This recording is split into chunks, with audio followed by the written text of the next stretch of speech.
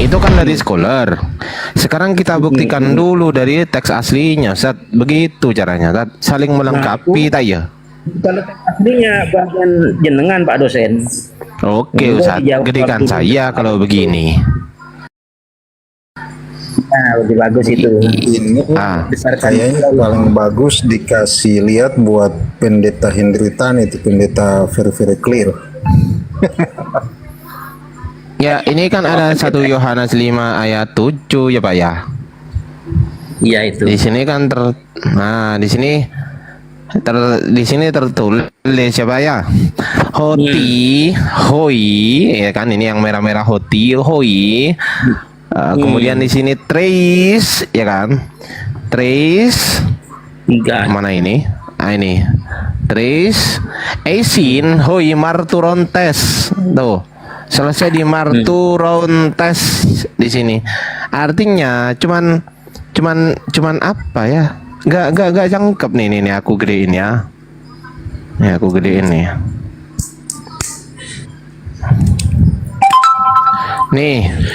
Hoti, hoi, tres, eisin, hoi, marturontes. Cuman sampai si. Aku cek juga dulu ayatnya ya. Tunggu. Buram ya, buram. Gimana? Ya, kalau agak lama nggak buram apa Muri? Biar sabar dulu, tidak buram nanti kalau sudah agak lama. Ya ini. Diamnya lah itu tidak buram sudah. Cuman sampai si. Ini.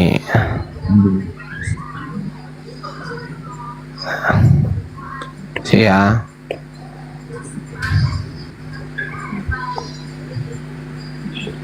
Mana ini?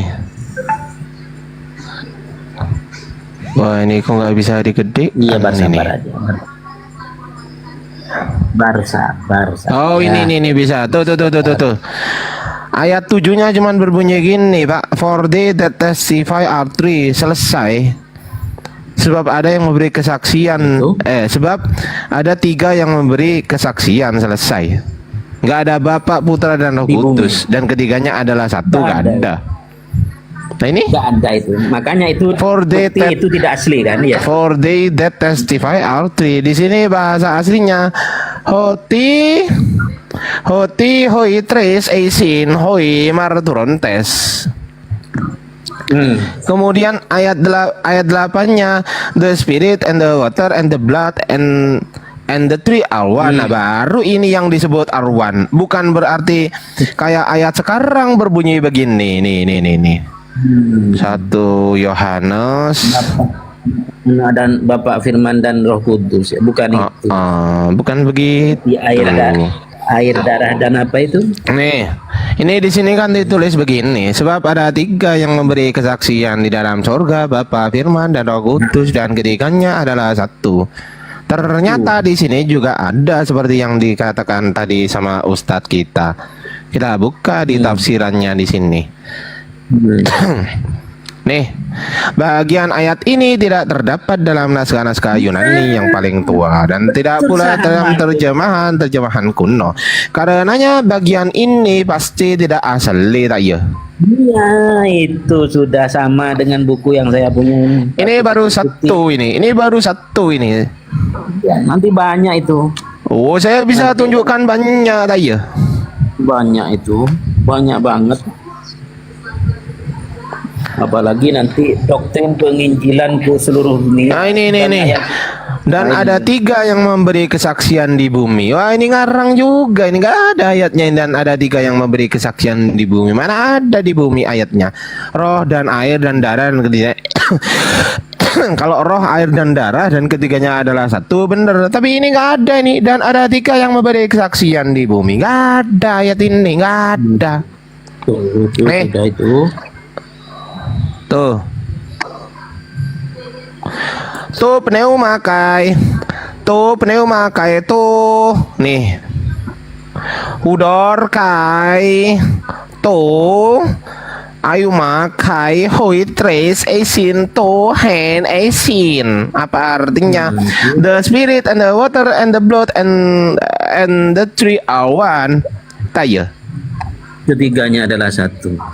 Iya. Ketiganya adalah satu. Nggak ada tulisan di bumi di mana. Nah, Ya. kalau bumi itu bahasa bahasa Maduranya adalah kosmo atau kosmos. Bahasa Madura mah. Bahasa Yunani. Yang ke-8 itu ayat ke-8. Ya, bahasa Yunaninya kosmo atau kosmos. Hmm. Nggak ada tulisan di bumi. Ini tambah di sini malah ada di surga. Sebab ada 3 yang memberi kesaksian di dalam surga. Mana ada tulisan di surga di sini? Itu lagi, itu Ada. lagi. Hoti hoi tres isin oi marturan tes. Gak ada Uranus. Gak ada itu ya. Kalau memang surga diartikan Uranus, gak ada Uranus. Tapi artinya bukan Uranus sebetulnya. Paradiso itu yang betul. Iya. Derem aja. Bang Mores, sekarang Bang Mores dikasih waktu untuk menjawab. Saya diam. Silakan, Bang Mores. Saya juga diam. Bang Mores, silakan.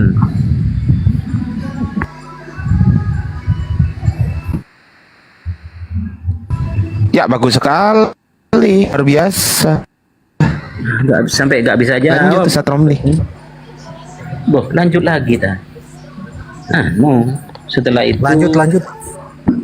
lanjut. Ini tentang doktrin penginjilan ke seluruh dunia ini. Nah ya kan, doktrin penginjilan ke seluruh dunia itu terdapat dalam Matius 28 nomor 19, juga terdapat di Markus 16 nomor 15, ya kan? Boh, ada anak kuculuk naik ke sini Ustaz Romli. Assalamualaikum Siapa anak kecil semuanya. gitu? Waalaikum ya ahlan nar. Iya ini. Tadi takut tadi Ustaz dia naik takut tadi. Astagfirullahaladzim. Nah, dijawab Kamu itu aku tadi naik udah di bilang mute tadi. mute. Benar itu. Hmm? Bro, ada jual masjid masjid nggak bro? Ketimbang kalian Oh ya nggak apa, mungkin minta-minta masih di dijual jalanan. bro. Nggak mungkin masih kalian dijual. Kalau gereja membeli, dijual mungkin. Emang Kalian emang itu ada minta-minta duit di kau? jalanan. Di mana ada masjid dijual? Kau Makanya ngomong Cari. terus mampus kau di mute terus. Gak ada aja dijual. Kalau sampean ngarang terus di mute terus itu. Iya, Bahasanya kalau jangan gereja marah. dijual, Marah. kalau gereja dijual, saya tunjukkan bisa banyak banyak.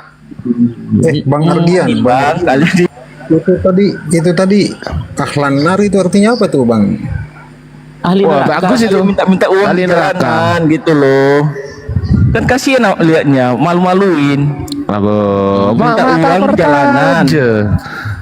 Mata pertaja kok minta Aturannya uang di kalian bantu lah. jalanan. Ngapain kalian beli apa? Ini bagus ini bangunan gereja dijual satu harapan. Ini Iya, gereja ngapain satu. kalian beli Ini gereja padahal dua. Viral saudara-saudara gereja kalian lagi dijual. membutuhkan pembangunan masjid. Ini loh, gitu loh Ardiansa. ini loh viral gereja dijual. Gimana tuh Ardiansa? Ya. Di sini di Cuma IU kalian juga beli begitu. gereja Iya, banyak anak banget. soleh ini Ngomong cuma kalian terus, beli gereja. ngomong terus, cuy. Iya, anak soleh. Jangan ngomong terus ini loh, gereja dijual ini loh, info Teman-teman terkini kalian di bagus jalanan ini. tuh minta-minta loh.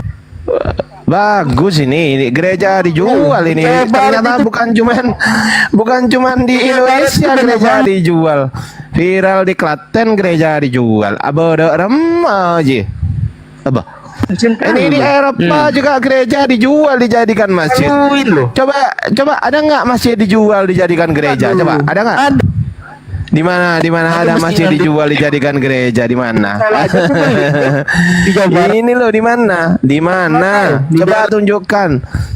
Daerah Coba Subang. tunjukkan. Tunjukkan ya, udah tunjukkan, datanya mana? Subang, bro. Udah Daerah datanya Subang. nih, saya gedein Anda. Tunjukkan. Daerah Subang, Sumanik Ya udah, tunjukkan. Ya tunjukkan datanya mana? Soleh selalu ngarang. Saya siram dengan kopi nanti. Kalau selalu ngarang. Ayo foto mana? Mana datanya mana? Jangan di mute dulu lah. Mana datanya? Open cam. Iya, Open cam. Mana datanya? kenalkan aja. Soalnya Open cam mana? itu di daerah Subang. Ya datanya mana? Datanya tampilkan. Tampilkan di sini. Tak siram kayak kopi ya. Kalau gak ada data Kamu tak siram dengan kopi loh. Ya tunjukkan di sini. Tunjukkan di Tadi sini. aku, bro. Kamu blokir. Disuruh Tadi nunjukkan aku lagi mana nggak makan bisa. itu, makanya kau jambat-jambat terus. Ya tunjukkan sekarang di sini datanya, tak ya? Ya, ini Datanya akun kecil pun, tunjukkan. akun kecil pun. Iya, kau tengok datanya itu. mana datanya? Datanya mana Mana datanya sekarang? datanya? Datanya mana? Tanya orang Mana Subang sana, datanya? di daerah Pemalikan itu. Wong orang diskusi Cari, kok cari, malah kita cari. disuruh ke Subang. Lah. Kalau orang diskusi itu datanya ditunjukkan di sini, Kamu kan bukan mau orang tahu. disuruh ke Subang. Iya, kalau mau tahu tuh datanya mana, Datanya, tampilkan. Tampilkan gitu loh. Kali minta uang gitu loh. Tampilkan. Mana Udah minta tampilkan. uang, datanya Mana? mana, bodong? Mana Malu. datanya? Mana datanya? Mana datanya? Kan? Oh ya, saya mute Sangat terus kalau tengok. kamu nggak mau ngomong. Kalau Ya, nggak mau, di-mute. kalau nggak Miskin mau banget. buka, kalau nggak mau buka Saya miskin data, banget. saya tutup terus kamu. Ayo, Tutup mampus terus. sembuh Apa jadinya. yang bisa? Ayo, emang Saya bisa tabuk, buka? Saya tabuk dengan piring. Tapi kan Kalau biasa bisa mute. suaranya muncul. tidak ada data kamu kan, saya Ayo, tabuk dengan mana piring. bisa? Aryansa. Coba mute aja, Dengan coba piring. bisa mute Mas, aja kalau kita mau bisa. Ini Nah, piring bisa yang rupanya. Yang Aku ada piringnya. beli yo. Ya, emosi dia. Kira-kira bisa nggak masuk? Emosi dia. Ini. Gereja pada sepi dijual semua, kabur. Mampus lah kau, mampus. Makanya jangan main-main sama umat Islam. Ya, Ini Narwastu Serafim naik ke atas saya jamba. Ayo, coba naik ke atas di siapa? sini. Islam apa bukan? Narwastu Serafim jelas bukan Islam, Ustadz. Nanti yang mokong-mokong saya cukur dengan penyukur jenggot ini. Biar bersih. Ya, ini cukur jenggot. Gimana ini Narwastu ini? Narwastu Serafim kok gak berani naik ke atas ini? Gimana ini? Apa? Narwastu. Takok ya. Oke, Bang Morris, gimana tanggapan Anda, Bang Morris, mengenai ayat yang tadi ditambahin, Bang Morris? 1 Yohanes 5 ayat 7 dan 8 Bang Boris. Ya Allah, suruh. Nah, gereja yang tadi dijual itu harganya berapa ya biar saya beli itu? Ya, oke. Kalau mau dibeli, silakan dibuka di sini nih datanya, ya kan? Nih.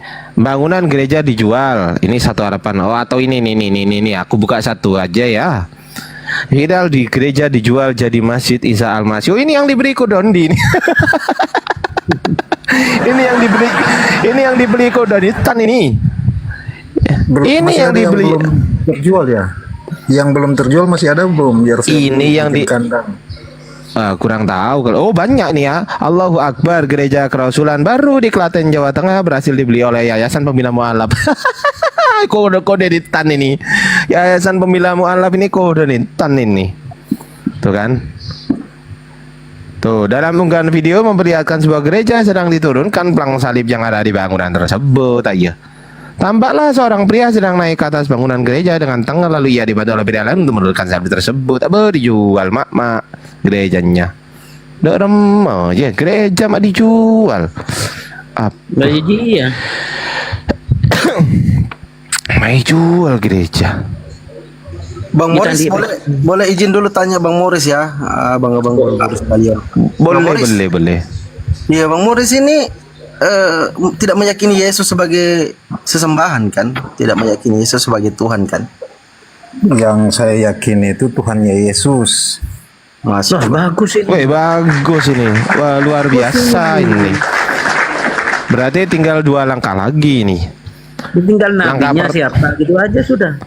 Langkah pertama tinggal mengakui siapa nama aslinya Tuhannya. Yang kedua tinggal mengakui mana kitab suci yang asli. Begitu. Ya. Enggak, saya sudah Nabinya tahu ketiga. Bang Pandi Ahmad sudah Nabinya kasih siapa? tahu kemarin itu nama aslinya Siapa? Tuhannya Yesus itu ya Allah. Enggak, maksud saya kitab sucinya, kitab suci yang suci itu yang mana, Pak, menurut Bapak? Iya, Bang Ardi, saya sudah sampaikan, beliau juga sudah alhamdulillah menyimak bahwa nama Tuhannya Yesus itu tadi dia katakan juga adalah Allah Subhanahu wa taala, Maha Suci, Maha Tinggi, yang tidak rendah. Ya Iya, benar. bagus kalau begini. Tinggal dia terus itu belum sudah. tahu. Dia belum tahu para nabi yang diutus oleh Allah, siapa-siapa saja para nabi. Iya, iya. Bisa diceritakan nggak? Itu saya Apanya, punya Pak? daftarnya. Nama-nama 313 Rasul. Enggak, iya bukan kan? itu, Sat. Bukan itu, Sat. Hmm. Bukan itu yang ditanya. Tadi Bang Yang Moris ditanya tanya apa nama-nama coba? nabi, kan? Nama-nama nabi. 13 nabi itu kalau 313 kita baca dia punya riwayat hidup itu bisa sampai kiamat itu. Enggak, bukan Iya, itu Bang. dasar beriman bukan itu, Pak. Dasar beriman. Belum ke situ, Sat Romli. Belum ke situ. Ini dasar beriman dulu. Dasar berimannya Pak Moris sekarang apa gitu loh. Itu di situ itu letaknya. Karena orang beriman itu pasti mempunyai dasar. Betul nggak Pak Moris? Iya, betul, betul. Nah, dasarnya Pak Moris untuk beriman itu apa? Kan gitu. Kalau kami, dasar beriman kami Al-Qur'an. Nah, kan begitu. Nah, itu Nah, kalau dasar berimannya Bapak apa? apa? Saya lagi belajar sama Bang Fandi Ahmad ini, soalnya saya udah kayak tadi itu tidak kurang yakin terhadap apa yang ditulis-tulis di dalam Bible. Nah, silakan Bang Fandi Ahmad. Silakan dibuktikan Bang Fandi. Itu diarahkan Bang Fandi Ahmad. Ini sudah tidak Saya yakin pada yang banyak, ditulis. itu banyak loh senior-senior kita Bang Moris. Bertanya lah Bang Moris. Tanyalah. Tanya Bang Moris, yang ingin Bang Moris tanyakan itu apa, silakan. Nah, langsung dijawab ini dengan data kalau kita menjawab. Ketum, gini. ada dosen Ardiansyah. Langsung di dasarnya aja Pak Moris. Gini Pak Moris. Dasarnya Gini Pak apa? Moris, langsung Apa di dasarnya? dasarnya aja. Dasar sebentar Gus. Satu-satu aja Gus. Dasarnya orang beriman itu apa? Ya, Alkitab. Ah, kalau menurut Bapak kan Alkitab, oke? Kalau Alkitab, kalau Alkitabnya ternyata nggak valid, menurut Bapak masih layakkah untuk diimani? Iya, betul. Kayak sepertinya tidak layak, tapi bagi saya masih ada yang asli-asli sedikit-sedikit itu kayaknya. Nah, bagaimana cara membedakan yang asli dan yang palsu ketika sebentar Ustaz. Iya, Aduh, sudah. pecah Silakan. konsentrasi saya. Udah lanjut dah. Enggak, Lanjut. jangan. Pecah konsentrasi saya. Diam aja. Udah. Enggak kok, lanjut aja.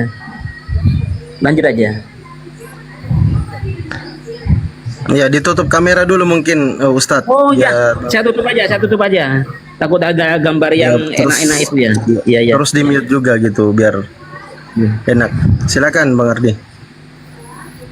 Ya, jadi yang layak dijadikan dasar itu menurut Bang Moris, apakah yang sebagian berisi firman Tuhan dan sebagian besar yang lain bukan, ataukah semuanya firman Tuhan? Yang mana menurut Bang Moris?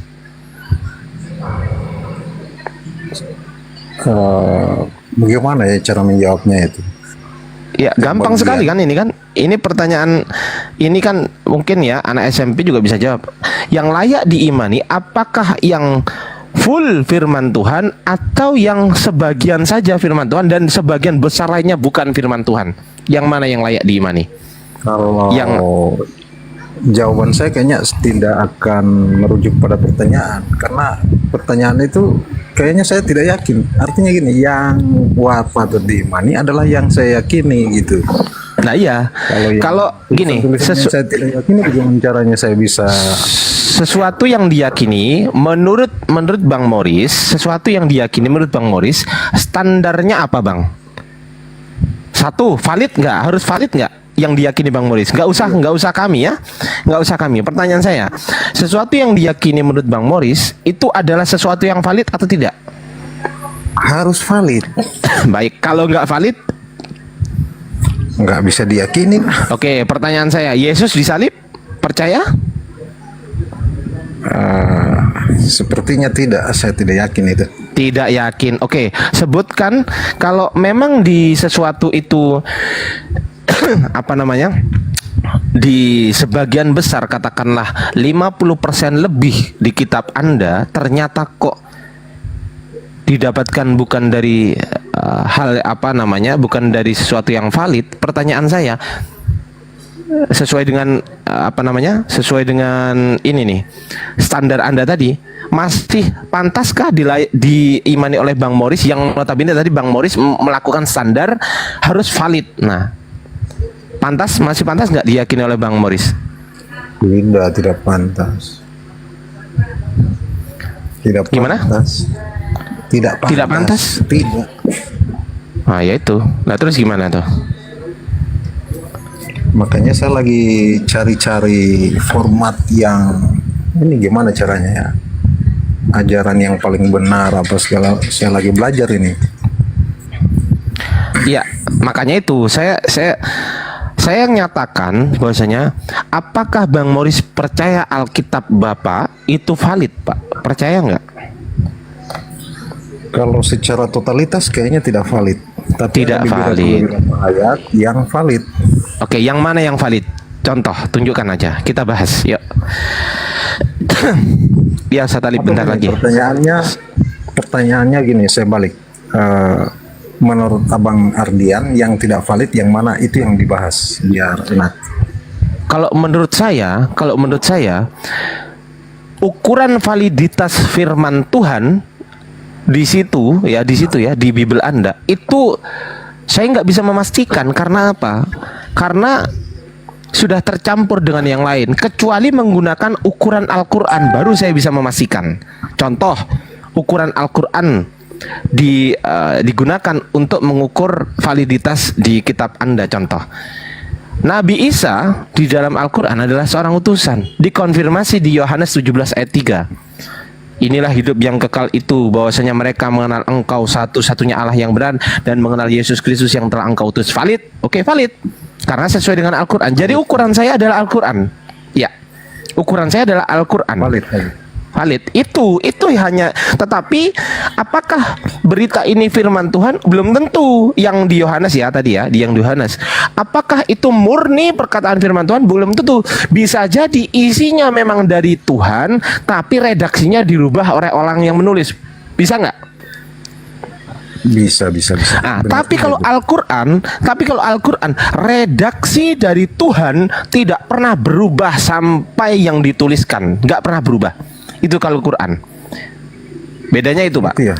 Ya, redaksi contoh ya. Alhamdulillahi Rabbil Alamin Ar-Rahmanir Rahim Maliki Yaumiddin.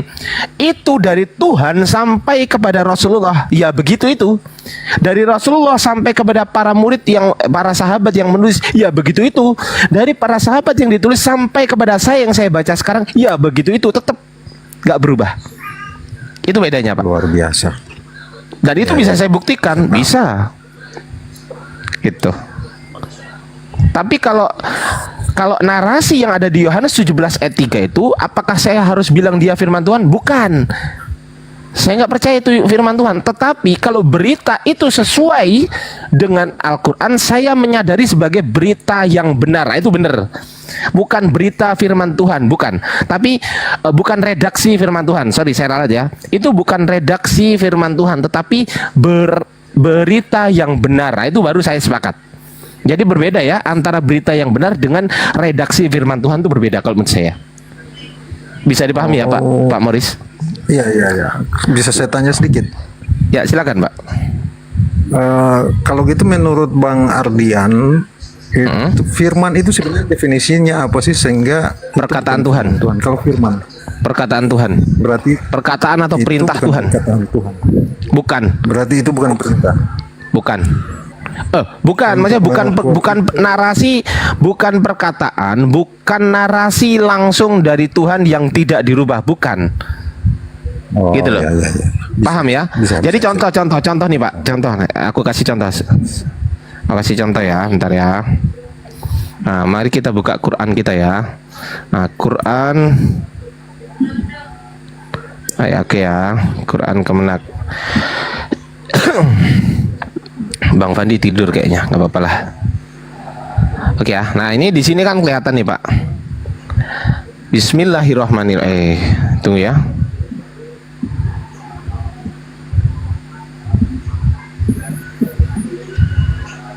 Nah ini kelihatan ya Pak ini ya, Bismillahirrahmanirrahim, kelihatan ya Pak.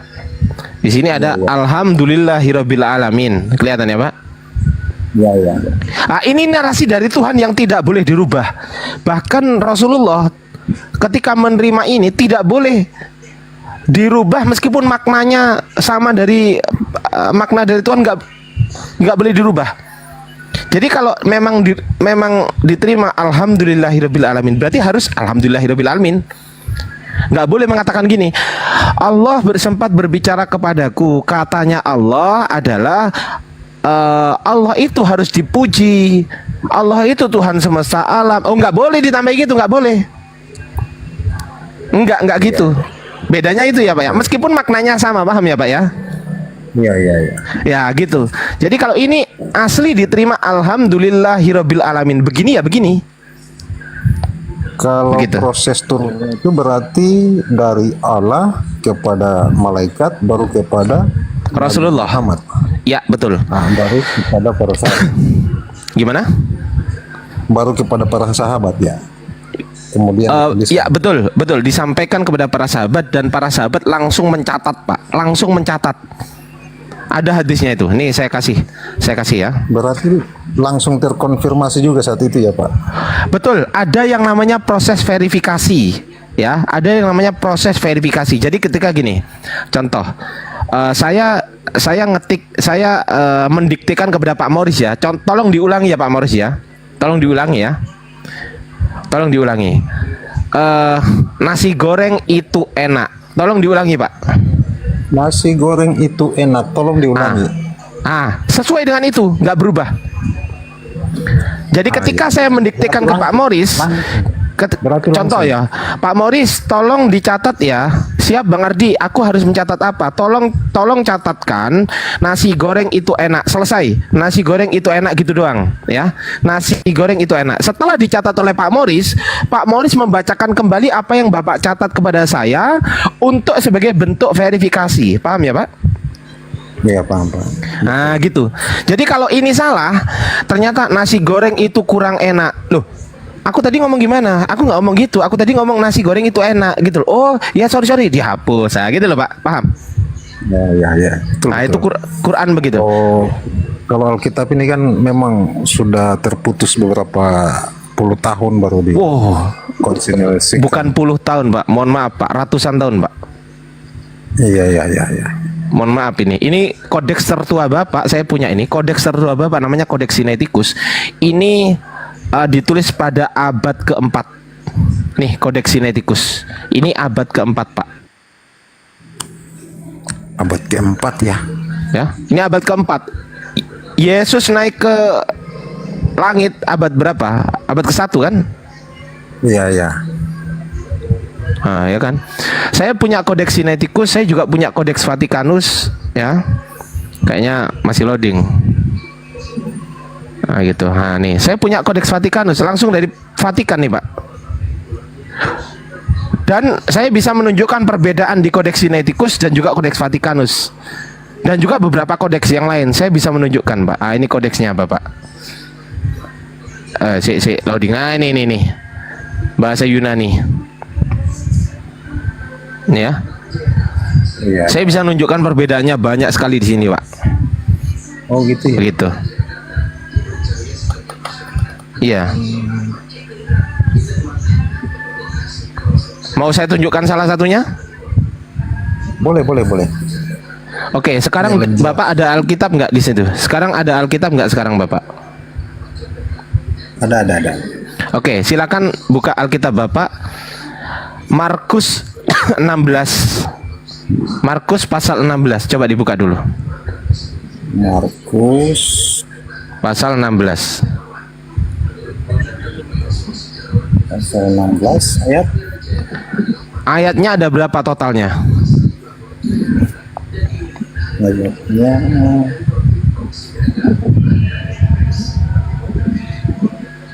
20 ya. 20. Di sini ayatnya berapa, Pak? Coba kita cek. Markus 16 ayat 1 2 3 4 5 6 7. Berapa, Pak? 8. Cuman 8 kan? Iya. Nah iya. Lah yang 9 sampai 20 siapa yang nambahin, Pak? 12 ayat ini dari mana ini? Iya.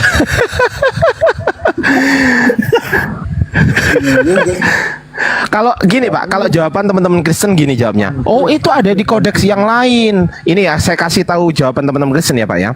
Oh itu ada di kodeks yang lain, nggak harus di kodeks Sinaiticus. Loh padahal yang tertua adalah kodeks Sinaiticus gitu loh. Kodeks Sinaiticus maupun kodeks Vatikanus Pak, maupun kodeks Vatikanus tidak memuat Markus 16 ayat 9 sampai 20, nggak ada. Saya bisa tunjukkan kalau ada yang mau debat saya. Saya bisa tunjukkan gitu loh. Sangat bisa sekali Pak, bukan cuma bisa tapi sangat bisa sekali. Saya tunjukkan itu.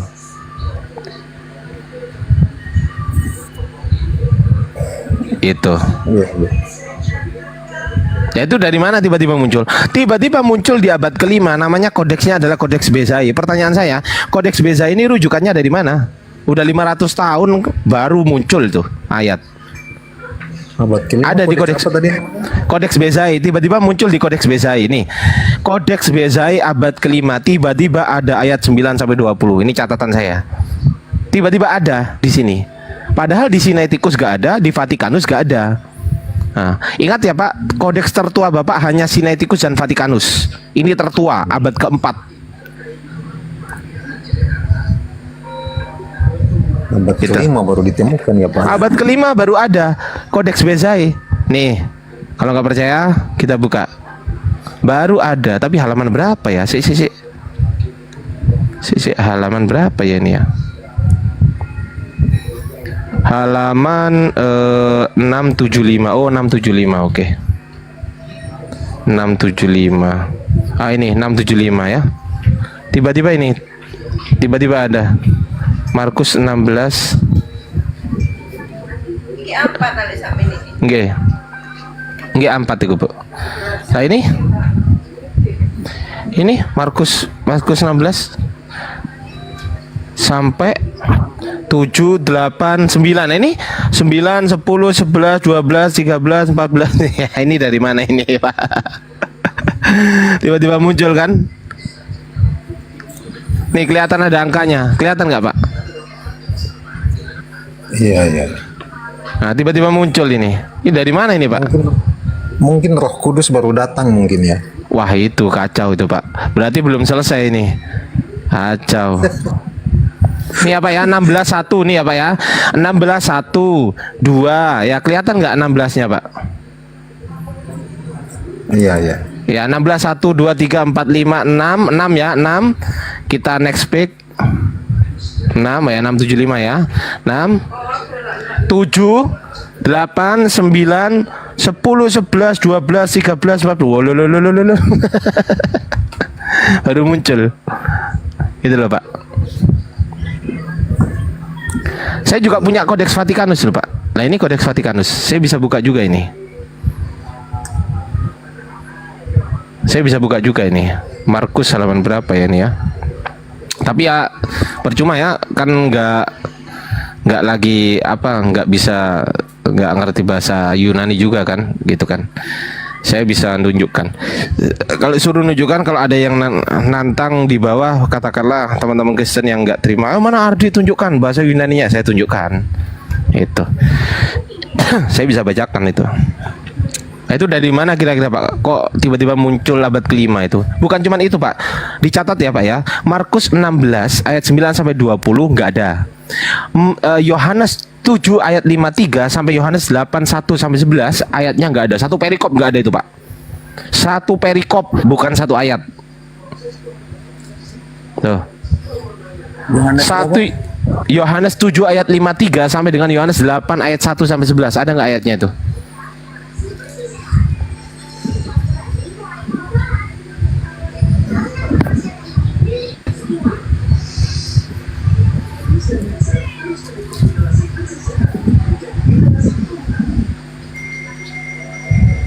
Ada nggak?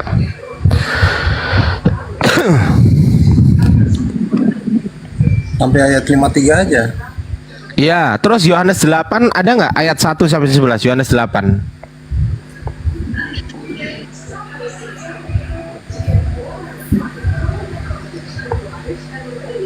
Ada.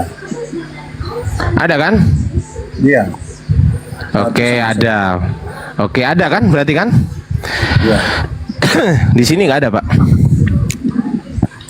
Kita buktikan ya. Si. Waduh, memanglah, Mak, kenapa sih lemot kali, Mak hari ini? Duh. Nah ini Pak, kelihatan Pak. Ini Yohanes ya Pak, Yohanes chapter 7 ya, betul ya? Ya. Nah oke, ayatnya setelah 52 langsung berapa Pak ini Pak? Yohanes 7:51, 52 terus berapa?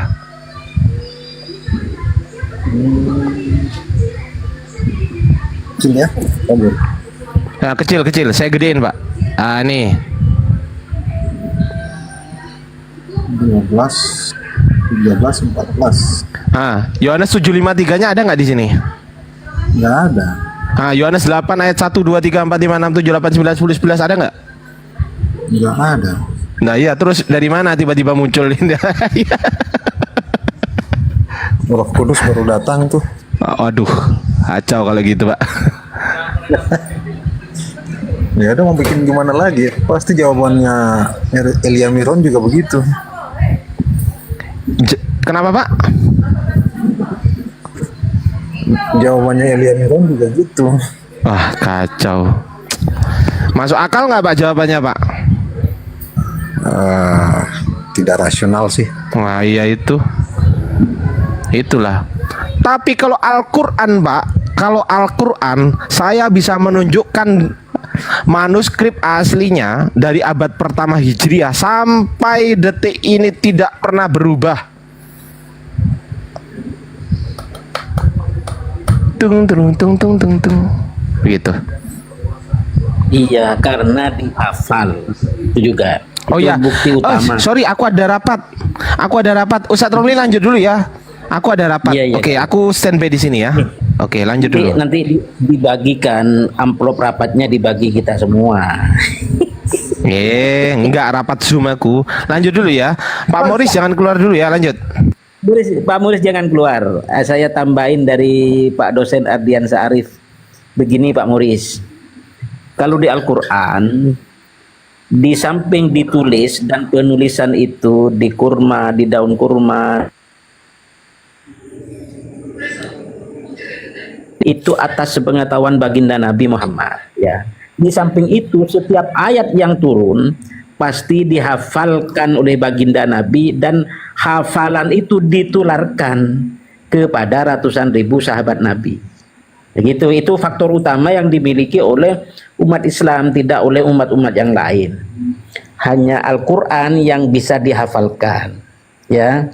Terus begini, sekarang saya ingin menunjukkan ketidaksamaan ya, bahasa saya ketidaksamaan. Kalau saya bilang palsu kan nggak mungkin. Ketidaksamaan di dalam kitabnya panjenengan Abah Moris. Misalnya begini, anak Daud yang kedua siapa namanya, gitu kan?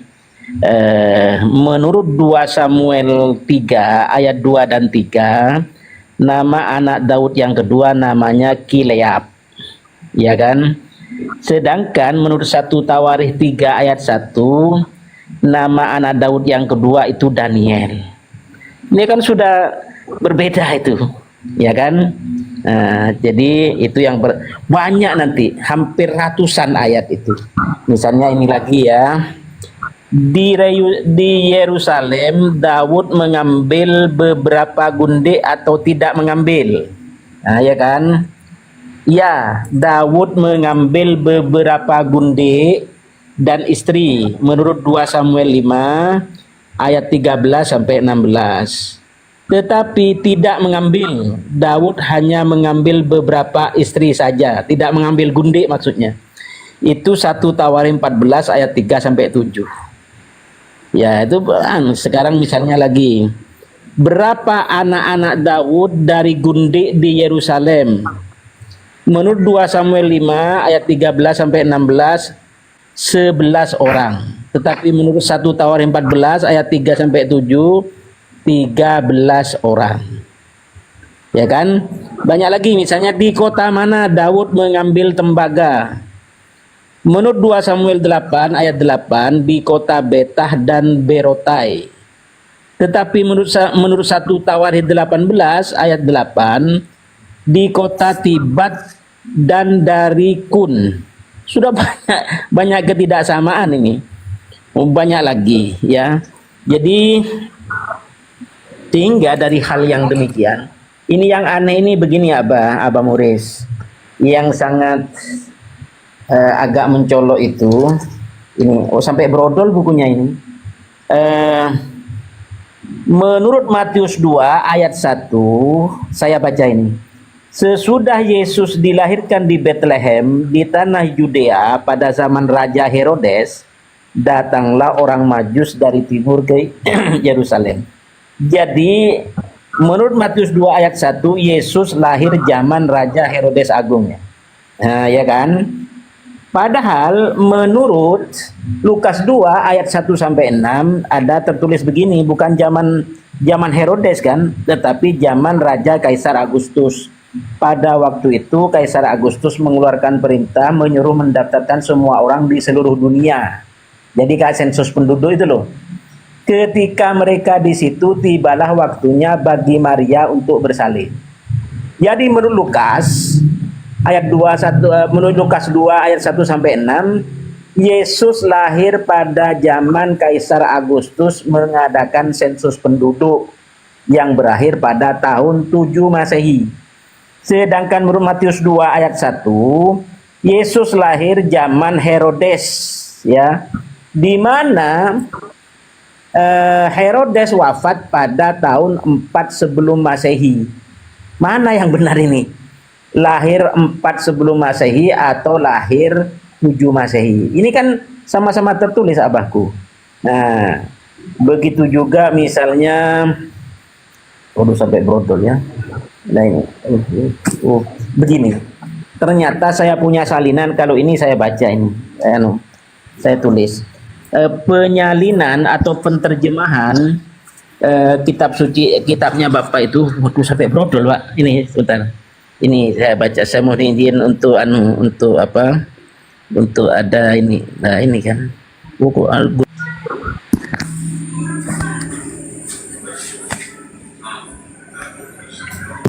Nah, ini ya, pelan-pelan membacanya ini. Alkitab telah direvisi berulang kali dengan perkembangan zaman. Terjemahan Alkitab pertama kali dilakukan oleh Tyndale tahun 1525. Saya membacanya begini kan, ini sampai brodol ini. Nah, terus setelah Tyndale mengadakan 1525, terjemahan kedua ditulis oleh Coverdale tahun 1535. Terjemahan ketiga terkenal dengan sebutan Great Bible Translation dilakukan tahun 1539. Terjemahan keempat ditulis pada tahun 1540. Terjemahan kelima terkenal dengan sebutan The Geneva Bible atau Alkitab Jenewa dilakukan tahun 1560. Terjemahan keenam terkenal dengan Bishop Bible, Alkitab Uskup ya, ditulis oleh Uskup Parker. Jadi pada tahun 1500-an saja sudah terjadi revisi ke-6 kalinya ini. Ya kan? Yang kedua, ketika Raja James dari Inggris naik tahta pada tahun 1603. Tadi kan 1500-an berapa itu kan? Raja James meragukan ini biar dia. Raja James meragukan ya. Ini mana ini? Raja James meragukan kemurnian Alkitab Uskup. Ya kan? Karena ayat-ayatnya ini penuh dengan kesalahan geografis, penyelewengan sejarah, dan kesalahan-kesalahan fakta. Raja James menunjuk, saya baca gini aja, saya tidak mungkin berbohong ini karena ini penting. Raja James menunjuk 47 scholar Bible untuk memperbaiki kesalahan yang terdapat pada Bishop Bible itu. Mereka menerjemahkan itu terbit 1611 kan. Ditemukan kesalahan 1612 3 kan, 1611 terjemahan itu selesai oleh 47 sarjana Bible, terkenal dengan sebutan Authorized Version of the Holy Bible, ya kan? Apa berhenti di situ? Tidak. Ternyata Authorized Version of the Holy Bible itu mengandung ini asik ini. Ternyata Authorized Version of the Holy Bible itu mengandung 20.000, Pak. 20.000 kesalahan. Ya kan? Akhirnya itu diperbaiki lagi, dikenal dengan revised version, versi Alkitab revisi, yang direvisi. Apa berhenti di situ? Tidak. Itu tahun berapa itu?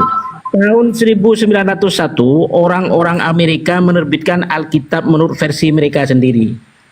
Tahun 1931 telah ditemukan naskah Alkitab berbahasa Yunani kuno, namun isinya masih banyak kesalahan. Maka Alkitab ditulis ulang. Ditulis ulang ya, 1931 oleh sebuah panitia. Panitianya terdiri dari 32 scholar. 32 ini, wah, sampai brodol begini. Brodol ini bisa pecah-pecah tulisannya. Di mana panitia yang 32 orang itu diberikan wewenang untuk merubah ayat-ayat tadi itu dan membenarkan, asalkan 32 orang panitia itu, scholar Bible itu, disetujui oleh 2/3. Kayak konsep DPR MPR kita itu loh, disetujui oleh 50% plus 1 kan, ini 2/3, kayaknya mirip ini konsepnya. Nah, itu hasil revisi dari 32 scholar yang disetujui 2/3 yang hadir itu dikenal dengan revisi standar versi. Waduh, sebentar, saya ada telepon ini ya. Sebentar, saya ada telepon. Lanjut yang lain.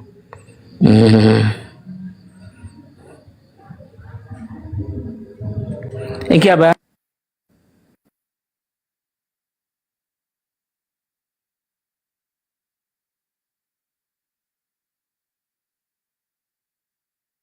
Lanjutkan dulu yang lain.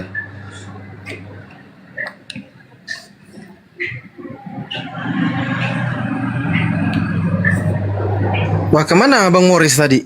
Waduh, turun dia.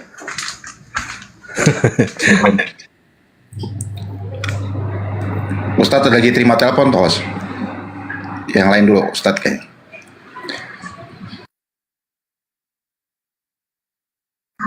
Bang Morris, kalau masih di bawah monitor, Bang Morris naik kembali. Kok lari?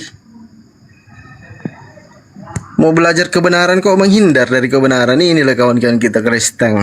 Silakan Morris. Up again.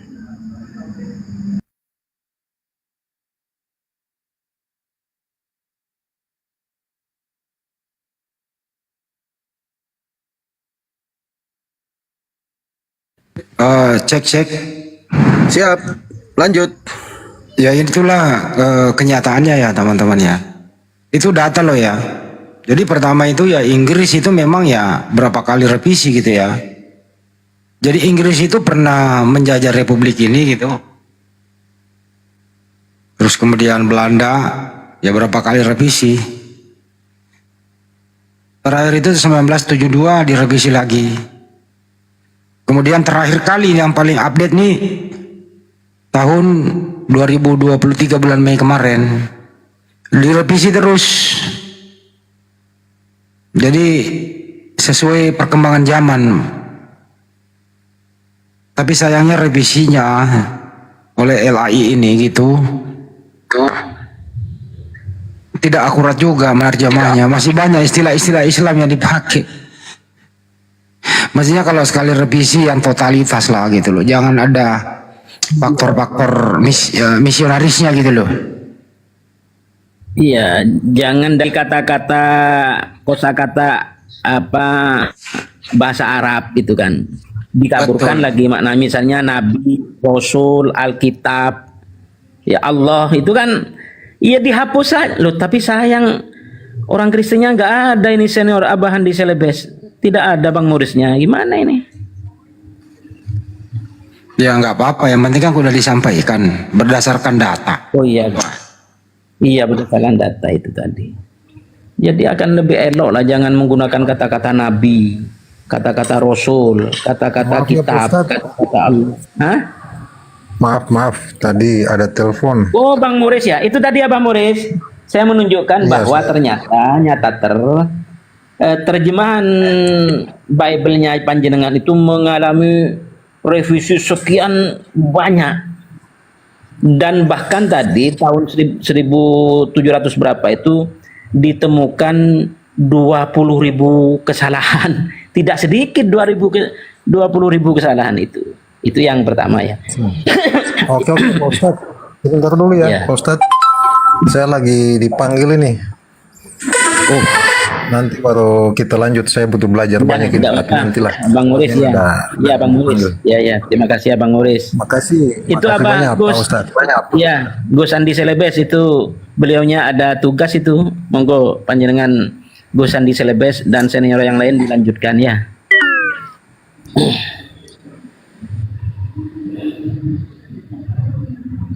Aduh, semakin tidak ada teman Kristennya ya. Semakin lama semakin kosong Bang Andi, teman. Ustadz Alif, Bang Andi, Bang Ardiansa, kita rehat dulu gimana? Ya, Sudah dirungkat 9 aja ya. jam. Iya, oh iya dirungkat aja Abah.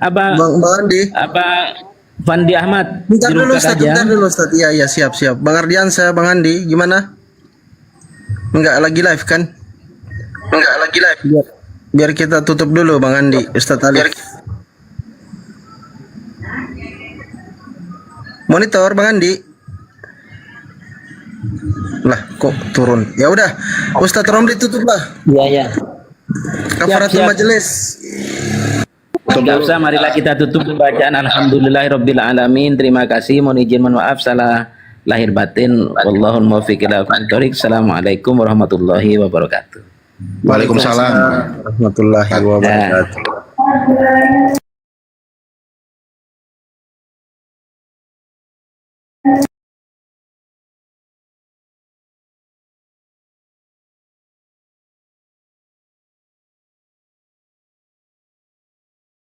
Susah mengadakan ibadah gereja di mana? Di mana? Pengikut iblis, Arab penyebab bangkit, 14. pengikut iblis, penyebab bangkit. Di mana Apakah tertulis? mereka Jawab. Di mana? lalai Di mana tertulis? dan Jawab. tidak Beri borat. Di mana tertulis?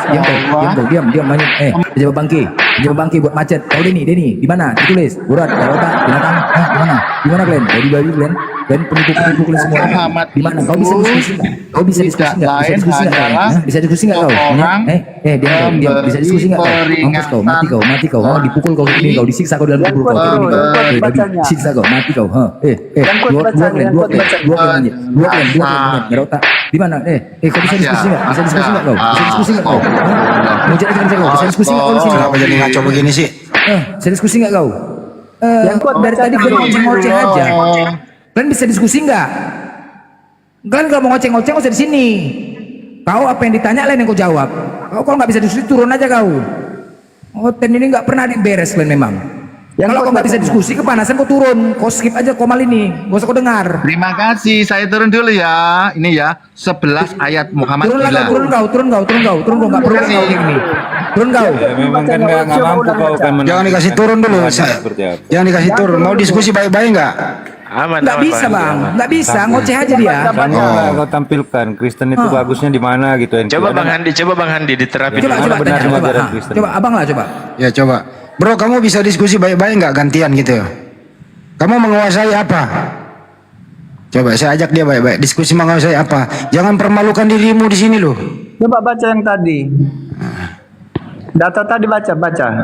Kok suruh baca? Kok yang baca coba apa? Data apa? Kawanku itu tadi, kawan Kristen tadi. Ya, coba ulang. Oh, kau yang ngomong Denny silakan. Ya. Enggak, kawan itu bacakan bro. Ya.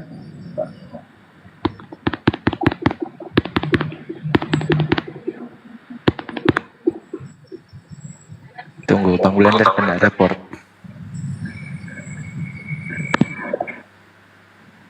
Ayo, kemana? Kau menguasai apa bro? Ayo kita H2H aja deh, gitu ya. buktikan kalau kau Kristen itu yang bermoral. Pakai ala Belanda deh. Belanda udah nggak ada loh. Kita paham kok, masih ada sisa Belanda di dalam kepalamu karena memang ini kan warisan Belanda. Tapi ayolah beradab sedikit. Diskusi pakai data, toleran, bijaksana, sopan santun yang dijaga. Ayo, apa yang kau kuasai lah. Baca bro, baca. Ntar dulu Bang Denny, sabar dulu. Ayo, ngomonglah apa yang kau kuasai. Topik apa? Proses pewahyuan kah? Atau langsung ke materi kah? Atau konsep ketuhanan kah? Gitu loh, yang kau kuasai deh. Atau kritik teks kah? Ayo, hormati dirimu lah. Jangan memalukan Kristen di sini. Oke, mohon maaf ya. Tadi saya bilang karena dinarasikan Yesus gila, saya di sini di dalam Quran menemukan dalil bahwa Rasulullah dituduh orang gila, 11 ayat di sini. Oke. Gitu loh. Baik. Jadi mana dalilnya tertulis Al-Hijr ayat 6, Ya. As-Saffat 36. Bohong, dia yang duluan bilang gila kok. Oh. Enggak, tadi kan dia bernarasi. biar aja dulu ya bernarasi. Dituduh gila. Biar Rayu bernarasi dia. Dia dituduh gila oleh keluarganya, kan begitu. Kau Yang bilang kan gitu. Saya kan hanya menimpali saja. Ini loh. Sejarah Rasulullah dituduh sebagai orang gila, 11 ayat. Al-Hijr ayat 6. Terus Al-Asafat ayat 36. Silakan cek sendiri aja. Ya udah, sekarang 14. ya, cukup. Saya paham. Sekarang saya paham. 184. Ya udah, saya paham. Oke. Yang menurut kamu yang menuduh Nabi Muhammad seperti itu siapa? Kaum muslimin atau orang kafir? Jawab dulu di sini. Bro, bacakan. Entar dulu Denny sayang. Astagfirullah Pak Denny. Saya berusaha linearkan, kan dia udah baca. Kita udah tahu kan, muslim udah tahu semua di sana. Tinggal kita ambil kesimpulan. Ya menurut Pak Eng ini, yang menuduh Nabi Muhammad seperti itu siapa? Itu jawab dulu, orang kaum muslimin kah, para sahabat kah, atau orang kafir kah yang menuduh? Kalau orang kafir yang menuduh memang di sana ya wajar, karena orang kafir memang itu ya menutup diri terhadap ajaran Nabi Muhammad SAW, ya nggak ada problem. Karena orang yang tertuduh itu belum tentu seperti itu, kan gitu ya, yang namanya. Gantian dulu ya. Ya kita santai dulu, habis ini Anda yang bicara kok. Tolong yang lain diam dulu ya. Ya dik, soal tuduh menuduh is no problem. Jangan kan menuduh seperti itu. Ingin membunuh Nabi Muhammad saja banyak waktu itu kok. Apalagi cuman tuduhan, fitnah-fitnahan kepada Nabi. Yang namanya orang kafir ya wajar lah, karena nggak mau menerima kebenaran. Ya kebenaran yang disampaikan wahyu yang disampaikan Nabi Muhammad SAW, khususnya di sana itu ya memang dianggap seperti itu. Karena mereka kaget, ini ajaran dari mana? Kok ada ajaran baru? Tadinya kami menyembah berhala, kok ada yang datang ajaran baru yang dibawa Nabi Muhammad melarang menyembah berhala. Terus sampai Nabi Muhammad kok tahu bagaimana embriologi dalam kandungan. Bagaimana Nabi Muhammad tahu kok ada gunung api di dalam lautan. Bagaimana bisa memisahkan air asin dan air tawar di lautan. Ya dianggaplah, wah ini orang kok lebay banget gitu loh. Ya wajar lah kalau orang kafir berkata seperti itu. Karena mereka kaget kan gitu. Itu wajar, it's okay, no problem itu bro. Nah sekarang kalau saya alihkan kepada Anda, Markus 3:21, waktu kaum keluarganya mendengar hal itu, mereka datang hendak mengambil dia, sebab kata mereka ia tidak waras lagi. Pertanyaan sekarang, yang menuduh Yesus tidak waras ini, ya orang lain atau keluarganya? Nah ini Anda jawab, silakan. Oke, silakan. Yang menuduh orang lain, yang menuduh Yesus dianggap gila keluarganya karena nggak mau ribut sama orang Yahudi. Tetapi di sini orang Yahudi dan orang Bani Quraisy yang menyatakan bahwa Muhammad Rasulullah sebagai orang yang berpenyakit gila. Mereka berkata, hai orang yang diturunkan. Saya udah menjawab itu tadi. Udah terang menerang saya, masa kamu ini sekarang giliran kamu lagi. Jangan hanya kamu menuduh saja. Pak Denny, sabar Pak Denny. Atau Pak Denny gantiin saya deh. Duh. Silakan Pak Denny, saya standby capek saya. Tidak kepotong. Saya kan mau menjelaskan. Sudah saya jawab bahwa Yesus diambil keluarganya dituduh sebagai orang gila karena biar tidak ribut dengan orang Yahudi saat itu. Sedangkan di sini di Al-Hijr sudah terang Allah menulis ya, Allah dalam Qur'annya menulis, mereka berkata, hai orang yang diturunkan Al-Quran kepadanya, sesungguhnya kamu benar-benar orang yang gila. Kemudian di Al-Safat 36, dan mereka berkata, apakah sesungguhnya kami harus meninggalkan sesembahan-sembahan kami? Silakan Pak Denny, dibantah Pak Denny, silakan. Bro, belum selesai sudah di mute. Ini loh orang Bani Quraisy yang menyatakan ini Al-Safat 36. Kemudian di Dukan 14.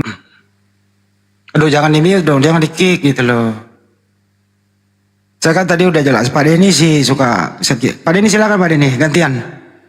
Enggak tahu yang siapa tadi Bang Edi. Kenapa diturunkan dia, bro? Kena repot kali, kena repot penghujatan ya. Gak ada yang menurunkan ya? Nggak ada yang. Ini Pak Denny Muslim apa Kristen sih? Ya Kristen dong. Oh, Kristen, oke. Sekarang Pak Denny, saya udah menjelaskan tadi ya Pak Denny ya, bahwa wajarlah Nabi Muhammad dikatakan seperti itu oleh orang kafir. Karena nggak mungkin kaum muslimin di sana yang mengatakan demikian. Ini kan udah jelas, sering dijelaskan. Kenapa? Karena ya banyak sekali yang disampaikan Nabi Muhammad SAW pada waktu itu. Mereka memang agak kaget gitu loh. Kok bisa Nabi mengetahui embriologi misalnya? Kok Nabi bisa mengetahui ada gunung Merapi, gunung Merapi di bawah laut? Ada pemisahan antara air tawar dan air asin di lautan gitu loh. Padahal Nabi Muhammad sendiri nggak pernah ke laut meneliti menyelam. Ya wajarlah orang yang menutupi kebenaran orang kafir itu menganggap ya Nabi Muhammad seperti itu. Wajar-wajar saja, no problem seperti itu kan. Nah sekarang Mas Bang Denny nih tadi dia udah mengakui bahwa di Markus 3:21 justru keluarganya sendiri Yesus yang mengatakan Yesus tidak waras atau Yesus gila. Kalau untuk Nabi Muhammad SAW ya musuhnya jangan dibilang seperti itu, malah mau dibunuh toh oleh musuhnya kan gitu. Wajar-wajar saja namanya orang kafir. Nah ini sekarang pembuktian kepada Anda. Kenapa keluarganya sendiri mengatakan Yesus itu tidak waras? Apa alasannya? Ini keluarganya kok mengatakan Yesus tidak waras gitu loh. Ya ini sekarang pembuktian kepada Anda, Bro Denny, silakan.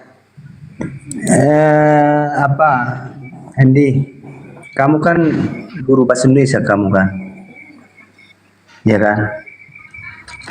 Ya kan? Nggak usah menanggapi saya, anggapi argumentasi saya dong. Kamu kan guru bahasa Indonesia, saya tahu kamu siapa. Guru bahasa Indonesia kamu. Coba kita baca ulang ya. Kamu sudah guru bahasa Indonesia. Ya bacalah, nggak usah ada guru di sini. Baca saja, langsung ke materi aja udah.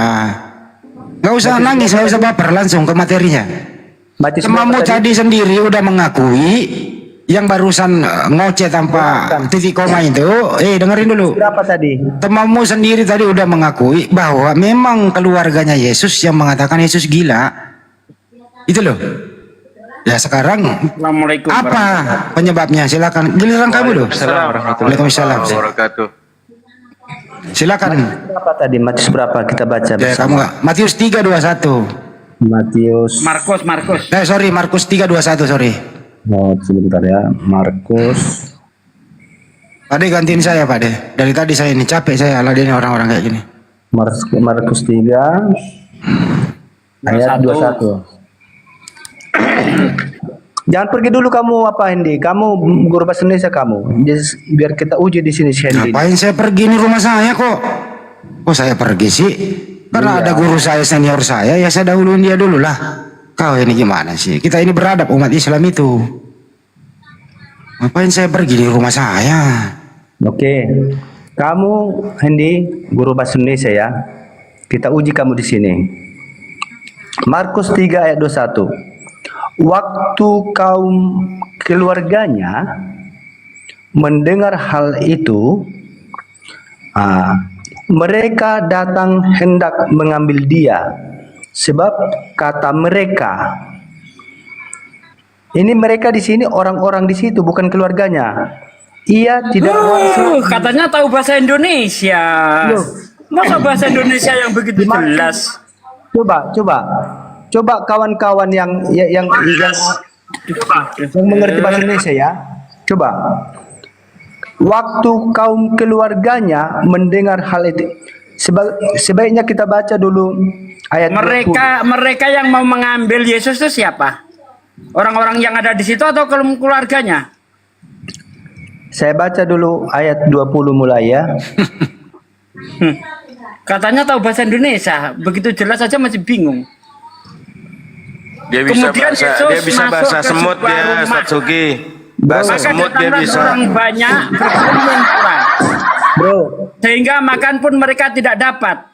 Waktu kaum keluarganya mendengar hal itu, mereka dulu Ustaz. mereka di situ siapa? Kamu bukan bagian kamu ini. Ini saya bicara sama si Handi nih. Si Handi ini guru bahasa Indonesia ini. Biar Lebih parah nanti kalau saya nabok kamu loh. Loh, kenapa gitu? Ya udah baca dulu lah, jangan nangis. Ya udah baca dulu. Oke, kita baca ya. Kemudian Yesus masuk ke sebuah rumah, maka datanglah orang banyak berkerumun pula. Ya, sehingga makan pun mereka tidak dapat. Kemudian orang banyak itu kembali berkumpul di sana, sehingga mereka bahkan tidak sempat untuk makan. Oh gimana nih? Sebentar. Pusing sendiri kan? Tunggu bro. Tunggu. Buat sendiri pusingnya itu. Markus 20. Loh, Markus 20. Kok ke 20? Pusing dia Bang Andi, pusing ini. Ini gimana cara mengelaknya nih ya? Kok bisa Yesus dituduh gila ya? Tunggu, sebentar. Pusing dia Bang Andi. Loh, namanya kita manusia ini kan ada silapnya. Markus 3 ayat 20 sampai 21. Kemudian Yesus masuk ke sebuah rumah, maka datanglah orang banyak berkerumun pula, sehingga makan pun mereka tidak dapat. Waktu kaum keluarganya mendengar hal itu, mereka datang hendak mengambil dia, sebab kata mereka ia tidak waras lagi. Di sini Hendy, coba kalau kamu seorang guru bahasa Indonesia, yang mengatakan dia orang gila siapa? Ya keluarganya yang mengambil dia lah. Sebentar, kamu nanya saya toh, yang diam dulu saya jawab toh. Boleh? Gini Hendy ya. Anda yang nanya kok Anda yang ngomong. Hendy, gini aja. Ada yang nanya kok Anda yang bertanya, Anda yang diam dong. Kalau bertanya itu mendengarkan jawaban, congor ditutup. Jangan Anda bertanya, Anda juga ngoceh. Gimana Anda ini? Hendy, besok ya. Anda diam dulu saya jawab.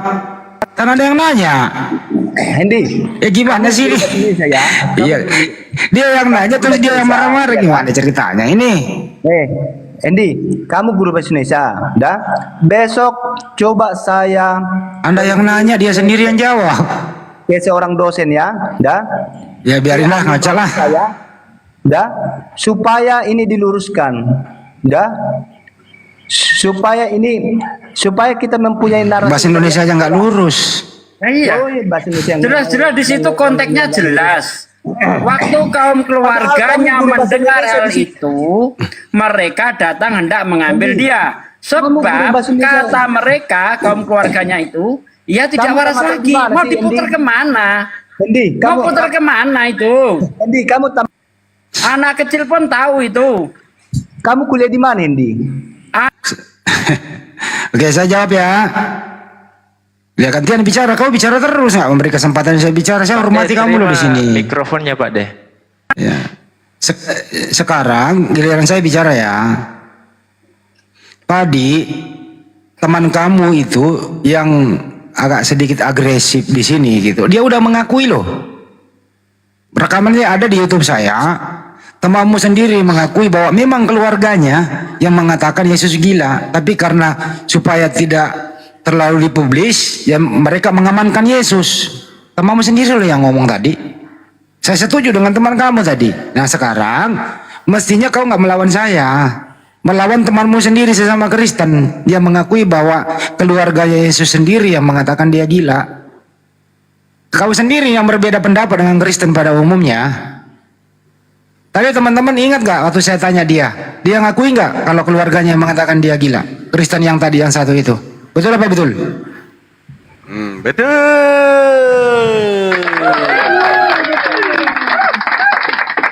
Tapi dia udah ngakuin khilaf tadi, Andi. Cuman khilaf sama Oon itu nggak beda-beda tipis, itu ternyata Oon.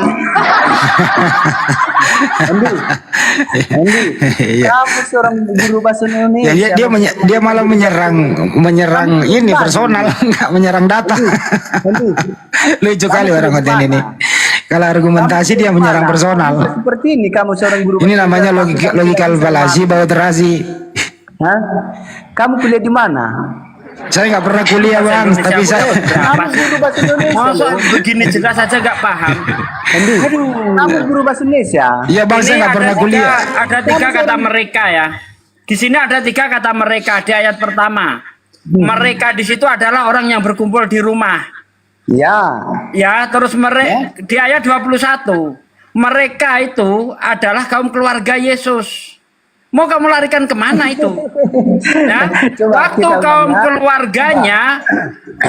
kaum keluarganya mendengar hal itu, mereka di sini siapa? Kaum keluarga Yesus. Datang hendak mengambil dia. Sebab menurut kaum keluarga Yesus, ia tidak waras lagi. Karena mereka di situ adalah kaum keluarga Yesus. Oke Di ya. ayat 21 ini konteks yang dibicarakan adalah kaum keluarga Yesus. Jadi jangan kau larikan kemana-mana. Ini dulu sekolah bayar pakai apa sih, kok goblok banget bahasa Indonesia aja nggak ngerti. Daun 1G, Oon nama khilaf beda-beda tipis. Banget. Ini mau melakukan pembodohan atau gimana coba? Coba di bawah ini mereka di sini siapa yang di bawah coba? Kamu sekolah Mereka di sini kaum keluarga Yesus atau siapa coba? Nanti kamu kuliah di mana sih? Hingga bisa kamu tamat setengah mati nggak punya malu kalian. Iya, nggak malu Denny, itu nggak malu. Kamu biasanya ngobrol sama bahasa semut aja, makola aja udah, sama semut aja. Jelas-jelas ayat ini sih yang diceritakan ini siapa? Coba kita baca ya. Kemudian Yesus masuk ke sebuah rumah. Maka datanglah orang banyak berkerumun. Nah, maka datanglah orang banyak berkerumun pula, sehingga makan pun mereka tidak dapat. Waktu kaum keluarganya mendengar, apa yang didengar ini? Mendengar hal itu, mereka datang hendak mengambil dia. Nah, siapa mereka itu? Siapa mereka yang dekat itu? Siapa mereka yang dekat itu? Kata mereka orang-orang di situ, bukan keluarganya. Oon jangan dikompres, akhirnya dibonsai. Jadi kok atau gini Andy, atau besok saya hadirkan gini, guru bahasa mute aja, mute aja dulu. Saya lagi kamu sama guru bahasa Kalau Indonesia. mereka di situ adalah orang-orang yang ada di dalam di situ, ngapain mereka datang? Orang udah di dalam. Nah, di sini dikatakan waktu kaum keluarganya mendengar hal itu, mereka datang. Berarti pengunjung baru, bukan yang ada di rumah itu. Mereka datang hendak mengambil dia. Sebab kata kaum keluarganya, ya, ia tidak waras lagi. Besok kaum kita keluarga Yesus ini satu orang atau 2 orang? Atau banyak? Besok kita hadirkan ahli bahasa ya. Udah. Bahasa semut. Ahli bahasa semut aja bang, hadirkan ahli bahasa semut, makola. Biar gini ya. Kaum keluarga Yesus itu banyak atau 1 orang?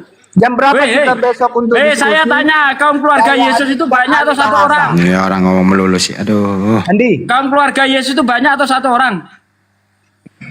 Andi, besok apa sih? Apa sih? Dia Bang Andi. Ini saya ngomong ya, dengerin dulu bro. Jadi gini ya. Kaum keluarga Yesus itu 1 atau banyak orang? Keluarga itu banyak bang. Enggak, tanyakan sama dia. Ahli bahasa saya hadirkan dari USU ya, dari Universitas Sumatera Utara. Yang Kristen sekalian lah. Iya, bawa. Perlu dari Muhammadiyah. Iya, bawa aja bawa. Pas Muhammadiyah. Iya, bawa. Saya tunggu. Dia ini malu punya Tuhan, dianggap gila, ini malu dia, sehingga dia mau ngeles kepala. Bawa aja. Kita diskusi. Iya, ada di sini gua. Nggak kemana-mana, bawa aja. Kita udah dengar itu loh. Kamu udah ngomong besok mau bawa, ya sudah cukup sekali. Kita ini nggak budak. Oke. Kamu kan membawa ahli bahasa, ya bawa saja. Ya udah. Kamu akui kamu Iya. Iya, tinggal bawa 27 orang sekalian. Jangan satu orang, 27. Enggak. Dari Bawa. Ya udah diam dulu gantian. Ikut debat. Oke. Gantian bicara. Oke. Jadi gini teman-teman. Tadi temannya sendiri yang ngomong. Bener Bang Andi kata dia. Diam dulu kau orang bicara ini. Ahli bahasa yang menentukan besok. Ya terserah gue mau ngomong, masa gue larang gue ngomong ini loh. Aduh. Kamu ini guru bahasa Indonesia. Memang nyembah orang itu berdampak sistemik Bang Andi. Taruh ya, kopi saya menit. Otak pun jadi goblok. Bahasa Indonesia sejelas itu juga sih. Kok seorang ustaz udah orang kayak gini mah nggak ada gunanya Bang Andi, nggak bisa dia diskusi. Goblok gimana sih? Ini hanya orang-orang yang mau apa ya, malu mempunyai Tuhan gila, sehingga dia itu mau menutupi dengan berbagai macam cara, termasuk dengan cara tipu-tipu. Mau ucapan ustaz apa seperti itu? Nah, kalau ada orang goblok kan dikatakan goblok. Karena kalau tidak dikatakan goblok dia nanti nggak merasa gitu loh. Kalau seorang ustadz itu harus bijak. Ya memang harus. Jangankan saya, mulut Tuhanmu aja begitu kok, gimana sih? Mulut Tuhanmu aja begitu, apalagi saya seorang manusia. Tuhanmu itu kan mulutnya ancur. Ya kan? Ada perempuan minta tolong disamakan dengan anjing. Debat sama orang Yahudi dikatakan ular bludak. Nah kalau saya begini ya nggak apa-apa niru Yesus kan? Apa debat model kayak gitu mau bodoh-bodohin orang? Jelas-jelas di sini dikatakan waktu kaum keluarganya mendengar hal itu, mereka datang hendak mengambil dia. Masa merekanya dilarikan ke orang yang di dalam rumah? Kalau tak bukan soa otak apa ini? Ya kalau mereka ini orang yang sudah ada di dalam rumah, ngapain dikatakan datang? Ini ada tamu baru nih, ada pendatang baru nih, yang hendak mengambil Yesus. Siapa dia? Keluarganya Yesus. Lalu apa menurut kaum keluarga Yesus? Menurut kaum keluarga Yesus, Yesus gila, tidak waras lagi. Ini aduh, ini kalau apa ya? Kalau dibiarkan ini banyak orang sesat ini bener. Ternyata nyembah anak orang itu bikin apa? Berdampak sistemik. Otak jadi goblok, pikiran macet. Nggak bisa mikir luas, nggak bisa. Gitu. Setinggi apapun ya, kau sekolah, gelar mbahnya doktor atau mbahnya profesor, ketika baca Bible ya dan kamu membela Bible, otomatis otakmu jadi soak. Benar tuh. Makanya ada seorang tokoh yang mengatakan mustahil orang itu waras ketika dia masih Kristen. Mustahil. Goblok dipelihara. Agama kok bikin orang goblok kayak gitu. Jadi Markus 3 ini 20 sampai ke bawah itu perikopnya itu Yesus dan Beelzebul. Ada yang tahu Beelzebul itu siapa? Beelzebul itu ya itulah ya. Nah, di 20-nya nih. Kemudian Yesus masuk ke sebuah rumah, maka datanglah orang banyak berkerumun pula, sehingga makan pun mereka tidak dapat. 21. Waktu kaum keluarganya mendengar hal itu, mereka datang hendak mengambil dia, sebab kata mereka ia tidak waras lagi. Jadi di 20 tidak ada orang yang menuduh Yesus tidak waras. 19-nya juga tidak ada orang yang menuduh Yesus seperti itu. Tiba-tiba keluarganya datang yang menganggap dia tidak waras. Kenapa demikian? Sebagaimana jawabnya tadi Kristen yang sudah kabur itu, mengakui bahwa memang keluarganya yang mengatakan tidak waras dengan alasan untuk menyelamatkan Yesus. Gitu loh. Tadi Anda bisa mereview kembali apa tadi pembicaraan saya dengan temannya itu. Temannya sendiri mestinya dia lawan itu loh. Teman-teman tadi diakui kan dia bahwa keluarganya yang mengatakan tidak waras. Ada. Udah diakui loh tadi. Temannya yang ngomong sendiri. Betul. Mestinya tadi waktu temannya ngomong itu dia protes dong. Nah diam aja dia. Mestinya dia ngomong dong tadi. Wah nggak begitu bro. Nah mestinya dia debat sama temannya sendiri. Katanya besok mau membawa ahli bahasa dari USU. Ya bagus lah, bawa sekalian 177 orang. Masuk di sini saling berganti. Dari Muhammadiyah dia mau manggil. Emang kamu ada koneksi ke Muhammadiyah? Siapa lu? Jijik lah Muhammad. Ya silakan Pak De. Kalau di Al-Quran yang menuduh orang gila itu kan orang-orang kafir. Ya bukan Allah. Justru Allah itu membela. Kita baca di dalam surah At-Takwir. Misalnya di ayat 22. Di situ dikatakan wa ma sohibakum bima jnun. Dan temanmu Muhammad itu bukanlah sekali-kali orang gila. Allah membela. Ya, bukan Allah yang mengatakan Nabi Muhammad gila. Tetapi yang mengatakan adalah Nabi Muhammad gila. Aduh, di mute dulu. Adalah orang-orang kafir. Saya kira wajar, namanya juga musuh. Musuh itu kalau bisa jangan hanya berkata gila ya, fitnah dan sebagainya, bahkan kalau bisa dibunuh, namanya juga musuh.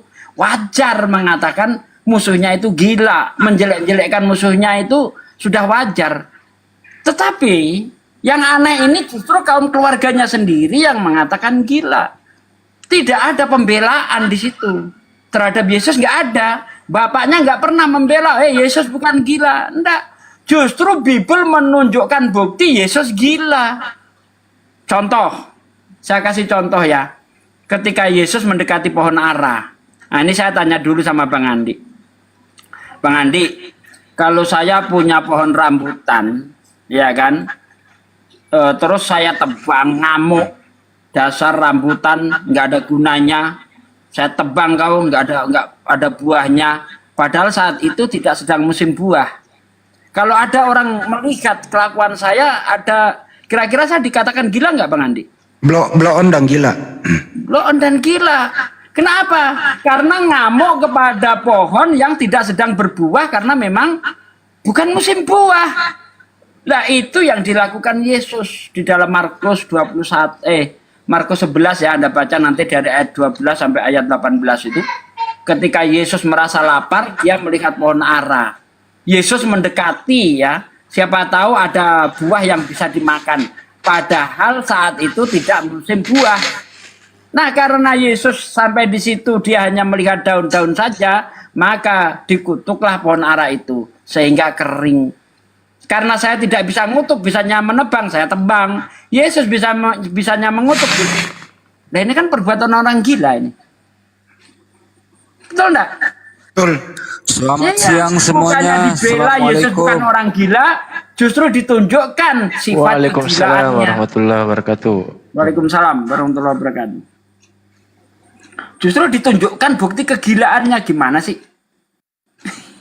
Kalau Al-Quran tidak. Ketika Nabi Muhammad dituduh gila, Allah membelanya di dalam surah At-Takwir tadi ayat 22. Ayat 22. Teman Muhammad itu sekali-kali bukanlah orang gila. Ada pembelaan. Berarti bukan Allah yang mengatakan Nabi Muhammad gila, bukan pengikutnya yang mengatakan Nabi Muhammad gila, tapi orang-orang kafir yang benci kepada Rasulullah yang mengatakan Nabi Muhammad gila. Wajar. Tapi kalau kaum keluarganya sendiri mengatakan gila, valid. Nah, begitu Bang Andi. Lanjut. Cek.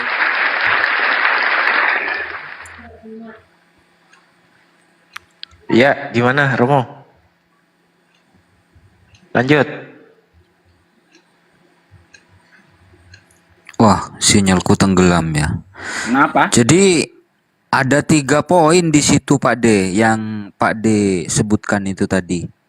Yang pertama, Yesus lapar. Masa iya Tuhan lapar? Kan lucu. Terus Yesus tidak tahu. Masa iya Tuhan tidak tahu? Terus Yesus lupa kalau bukan musimnya buah ara. Loh, masa Tuhan lupa? Kan lucu. Ya namanya gini Bang Ayubi, orang namanya lapar itu ya, itu kadang menimbulkan apa namanya pemikiran-pemikiran yang aneh-aneh gitu kan, sama seperti orang Tidak haus, konsentrasi. ya kurang konsentrasi dia.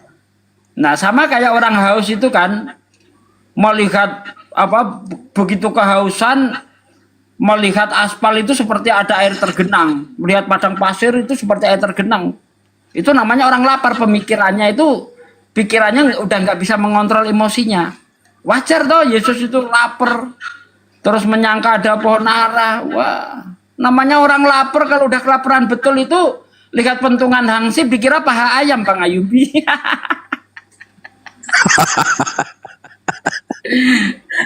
Ingat nggak dulu ada iklan di TV itu kan, iklan di TV itu kan ada itu bawa pentungan gini kan dikira paha ayam itu.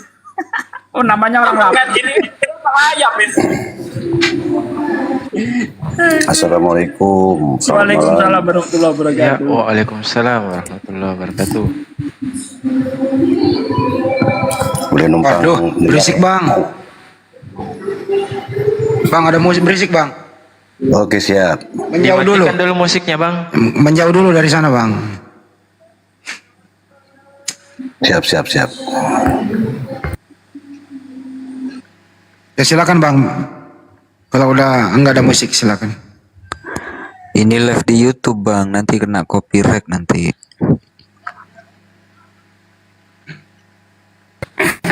Ya lagi standby sih kerja. Jadi gua nunggu waktu pulang.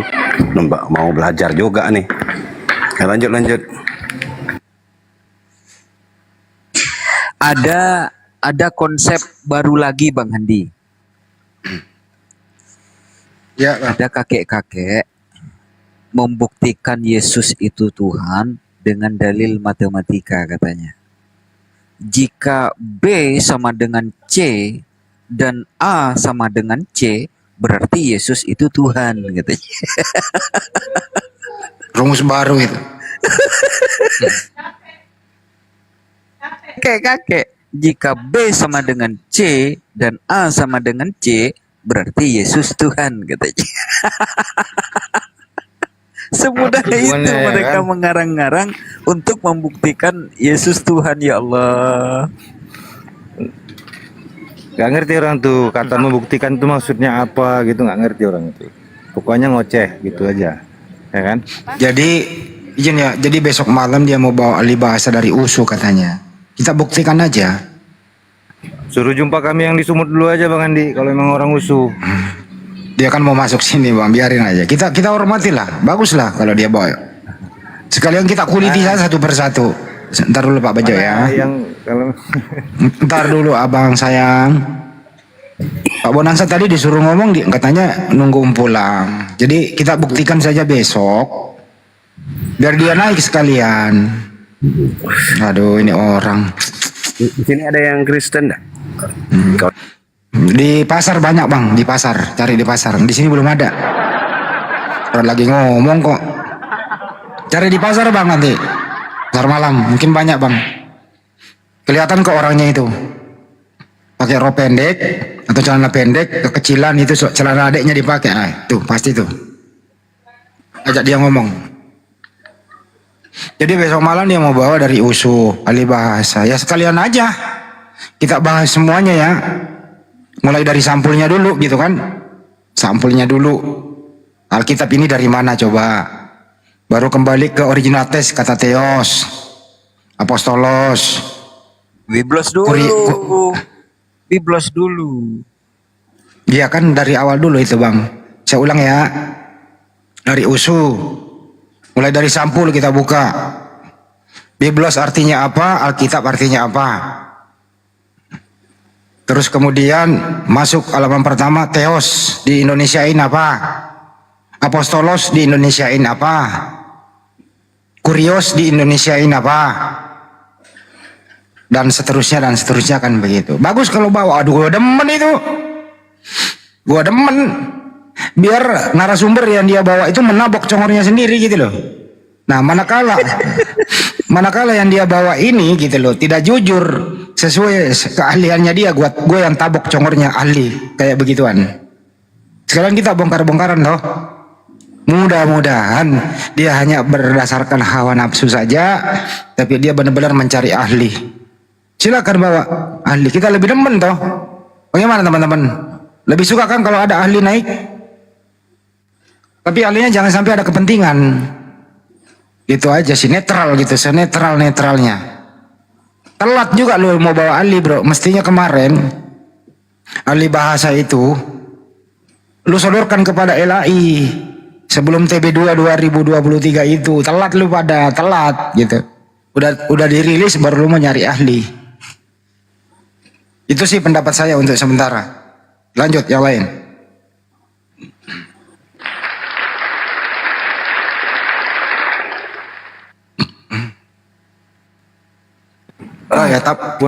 Kalaupun ada yang dia kenal dari USU Bang Andi, orang bahasa, orang apapun ya, nggak sebodoh dia untuk berani tampil di sini ya, menampilkan kebodohan kayak tadi. Gitu.